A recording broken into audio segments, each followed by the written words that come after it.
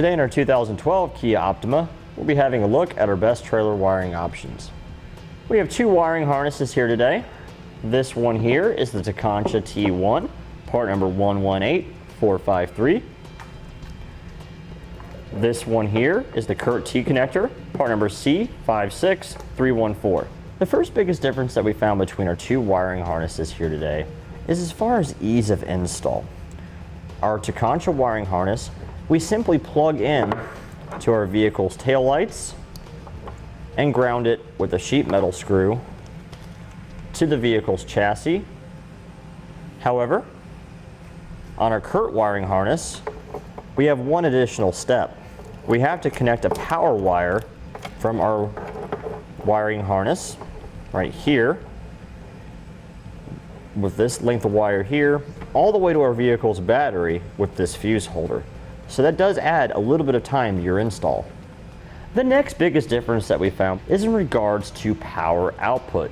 Our Tekonsha wiring harness has a total power output of 2.1 amps per side for our turn signals and our brake lights. And it is rated for 7.5 amps for the tail light and running light circuit. Whereas on our CURT, on our turn signal and brake light circuits, we're rated at 3 amps per circuit, so it's 0.9 amps greater. However, it is only rated for 6 amps for the tail light and running light circuit, so that's 1.5 amps less power than the Tekonsha unit. The reason that this is important is because you are limited by how many lights you can run in your trailer by how much power output you have on your circuits. If you're towing a small trailer that only has 1 or 2 turn signals, you'll be fine with either one of these. The problem becomes is if you're running a lot of running lights, marker lights, and clearance lights on your trailer, if you have too many of those, you may not have enough power output with the CURT one, and the Tekonsha one with its extra 1.5 amps of power may be the one you need. But if you're running LED lights, it really isn't an issue because LED lights do draw significantly less power. And the type of trailer you'd be towing with an Optima anyway would be fairly small since the vehicle is not capable of towing a very large trailer, so either one should work fine for your application. The next biggest difference that we found is in regards to construction quality. We found that the CURT harness appears to be a bit more durable because it does isolate itself from the vehicle's wiring systems by being powered directly from the battery. This is putting less strain on your vehicle's expensive electrical components. Now, our customers have said they like the fact that both of these wiring harnesses come with everything you need in order to get them installed.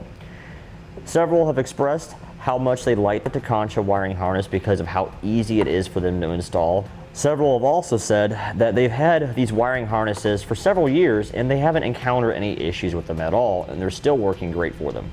Now, in my personal opinion, if I owned a Kia Optima, I'd be leaning towards the CURT wiring harness if I was going to be towing a trailer regularly and needed to have lights, just because I like the fact that this does isolate my vehicle's expensive lighting circuits from the trailer. Now, if I was only going to be towing a trailer once a year or very infrequently, I'd probably go towards the Tekonsha wiring harness myself, just because it is easier to install and I don't have to run a wire all the way from my trunk up to the front of my vehicle.